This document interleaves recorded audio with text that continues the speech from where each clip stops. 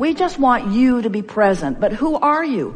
Who are you is the combination of all of this. Who you are is someone who explores and comes to personal decisions, and then who allows the personal understanding and knowledge and beingness of that broader, wiser, older self to flow with you in this moment. And if you can just blend those unique perspectives and recognize that you're in alignment or you're not, and when you feel good you are, and when you feel bad you're not, and just leave it at that. If you could just let your dominant intent be to be standing in a place where you are aligned with the central grid of who you are, then everything else will take care of itself. So here's how it all worked out. You come, you bang around, you interact with others, you know what you don't want, you know what you do want, you develop all kinds of opinions and behavioral patterns, and through much of that you're creating life by default because you really don't know for sure consciously what you're doing, except every step along the way you did have emotion that was letting you know how you felt.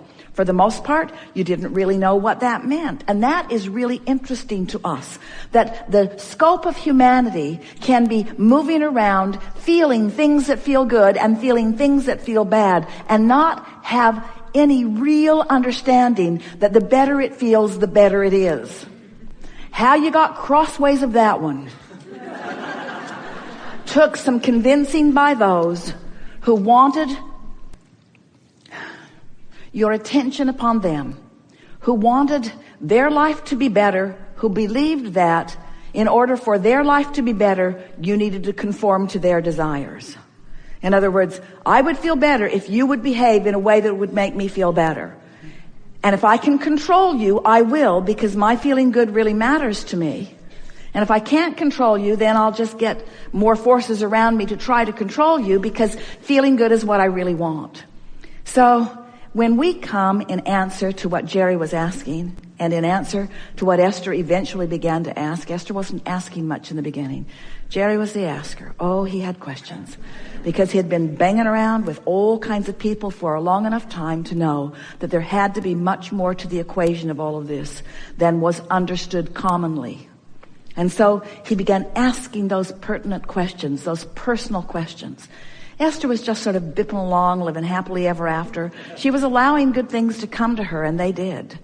And as Jerry and Esther came together, they equaled a sort of powerful combination where he wanted to know, often from a place of being vibrationally out of whack with what he wanted to know. And what Esther added to the equation was not enough interest in the subject to have an opinion that was in her way. They would drive for hours, and Jerry would say, "How come you never say anything?" And Esther would say, "Well, I don't know." And he'd say, "Well, what's it like for you to drive across the country?" And Esther would say, "It's nice." And he would say, "Well, what are you thinking about?" And she'd say, "There's a cow, there's a barn, there's a tree." She wasn't speculating about the problems of the world. She was involved in her now, but in a place of allowing. In a place of allowing. So now we're saying to you that you provide both of those perspectives. You come, you mix it up, you know what you don't want, you know what you do want, you put it into a vortex, and we hold it there for you. And then, if we can convince you that how you feel matters more than all other things put together, if we can call your attention to the vibration of your core that Esther sort of found naturally, but many people do not, as you find this alignment with that core energy, in that alignment with your core energy, all things that you've been asking for will flow. And that's a nice thing, to get what you want. But even more, even nicer than getting that you want, and that you want, and that you want, is having all that you are present in this moment, listening to this conversation and taking it all in. More wonderful than all of the things that you could gather is an awareness of your present moment, an awareness from broader perspective. More than all other things put together, our desire for you is that you are able to stand in your now and witness it through the eyes of Source. That when someone walks into your space, that you can know who they really are. Not who they've manifested themselves to be, because they might have some personal catching up to do. But who they are in terms of their vortex. Who they are in terms of what they've lived and what they've asked for. So that you can witness the wholeness of who they are, even before they know it. And that's what true upliftment is. This is a room full of teachers, a room full of uplifters, and that is your gift to the world. When you are able to see someone in their wholeness, even before they know it and are able to display it. When you're able to find the harmony of that which they really are, even before they even understand it, and hold so true to the vibrational frequency of your source and theirs, that they must conform to the alignment of who they are if they are to be seen or witnessed by you. In other words, they must conform because that's who they are as far as you know. And if they don't, they bounce out of your experience. They move somewhere where you are not. They become invisible to you. They live on those islands that have nothing to do with you. When Jerry first met us, he said, Abraham, I've got the perfect plan for incarceration of those ne'er-do-wells. We should have islands, islands of rapists, islands of murderers, islands of thieves, islands of those, and then they can just join one another on the island and do that thing they do to each other. And we said, those islands exist. They are vibrational islands. You just have to decide what vibrational frequency is yours, you see. And the emotions within you are your key. If we can convince you that you are source energy in a physical body, and that you have infinite intelligence at your fingertips, and all things that are of interest to you can be attracted to you by you immediately. You just have to get that cluttered vibration out of the way, which is the only thing that has been keeping you off your signal enough that you haven't been tuning into it. Once you get hold of these thoughts, and we think we have laid out a pretty good process for you to understand it. Do you get it that you're vibrational? Do you? You sort of kind of do, don't you? And do you understand that you focus through thought? You do know that, don't you? And do you understand that law of attraction is bringing things to you that match the vibration that you're offering? And doesn't it make sense that by knowing what you don't want, you're able to discern what you do want, that there's a defining?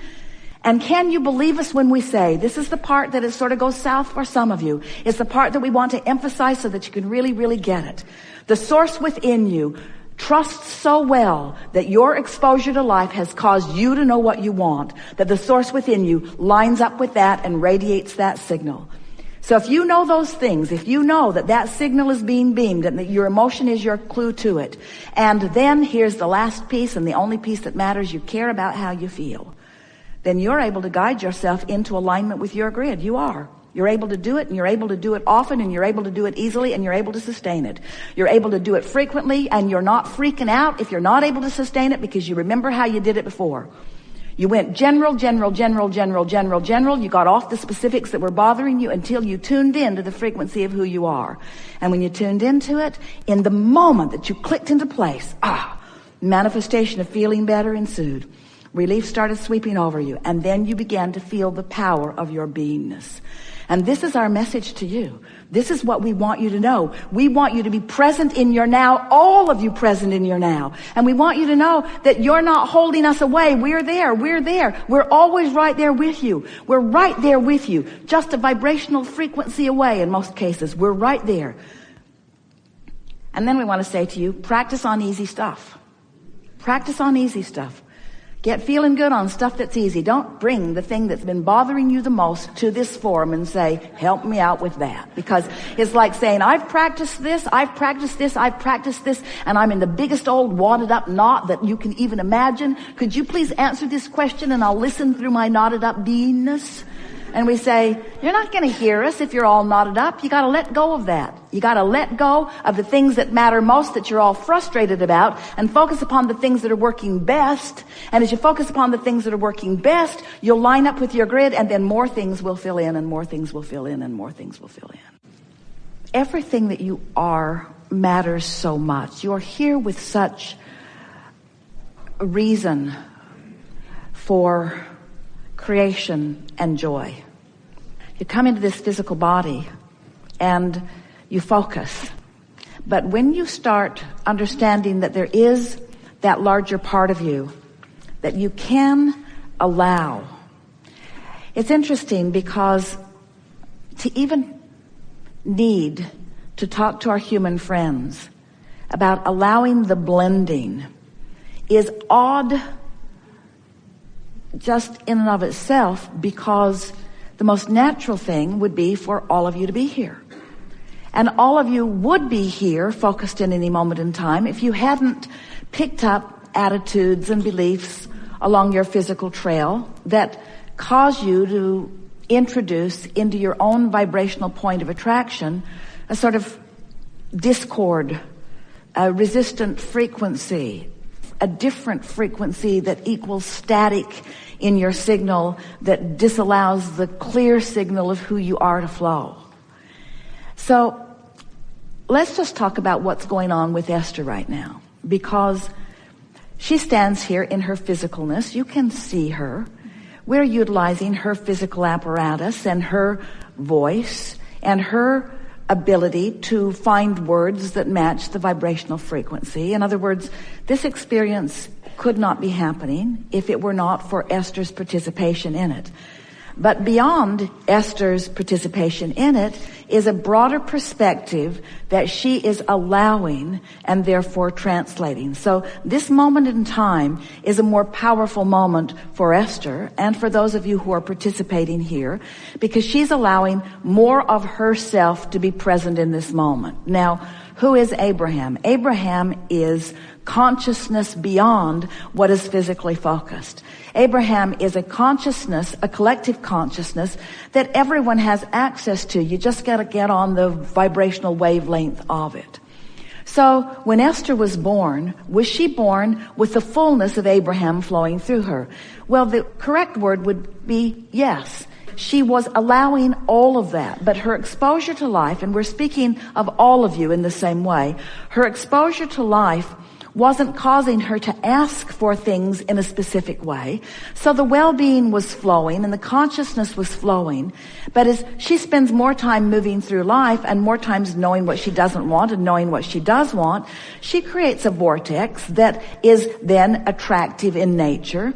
And so this has been going on with Esther for a very long time, until she heard about spiritual guides.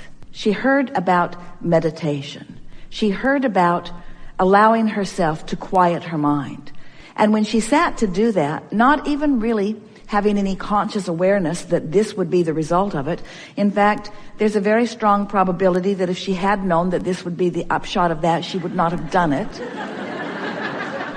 But she sat and quieted her mind, and as she quieted her mind, she felt a detachment from the physical world.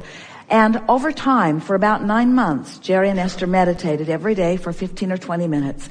And gradually, without her being aware of it, because we weren't giving her words about it, she just sat for the good feeling of detachment.